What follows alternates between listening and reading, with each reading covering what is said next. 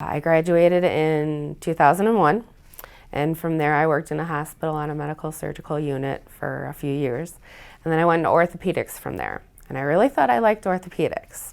I liked casting, I liked the hip replacements, the knee replacements, the scopes and all that, and the broken bones. But then I discovered school nursing, and I subbed in a district for a year, and I just fell in love with it. What in particular about being a school nurse made you realize this is where I want to be a professional? You form a relationship. You get to follow the kids throughout their whole entire, school career. And that's nice to be able to see. Whereas when you're in an office or in the hospital, the interaction is not as intense, and you don't get to follow through and see what the outcome is. So it's nice to be able to do that here. Share with us how the responsibilities and tasks of school nurses changed during the COVID-19 pandemic. It changed a lot, and it was something that I feel like we had to take with a grain of salt because we're going through a pandemic, and you have to make sure everybody's safe, everyone's taken care of, and the community is educated on what they need to do. Contact tracing was a whole new thing that was added, and that can at times be very, very lengthy to do, especially all the paperwork for the health department that you have to do.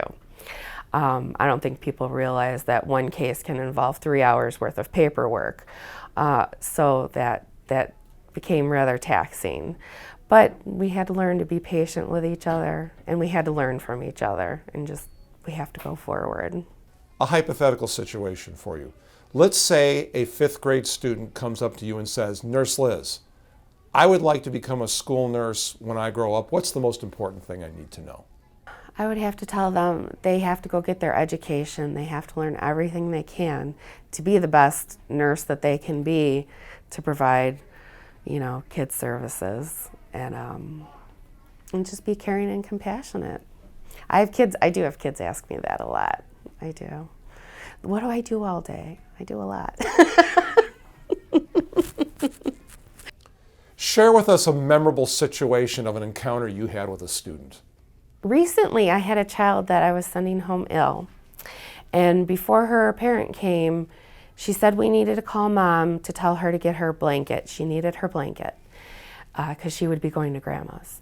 And I said, "Well, Mom's almost here. We'll talk to her when she gets there." And Mom came, and she said, "Mom, I need you to go get my blanket." And Mom said, we can't. I can't leave you at home by yourself and go get the blanket."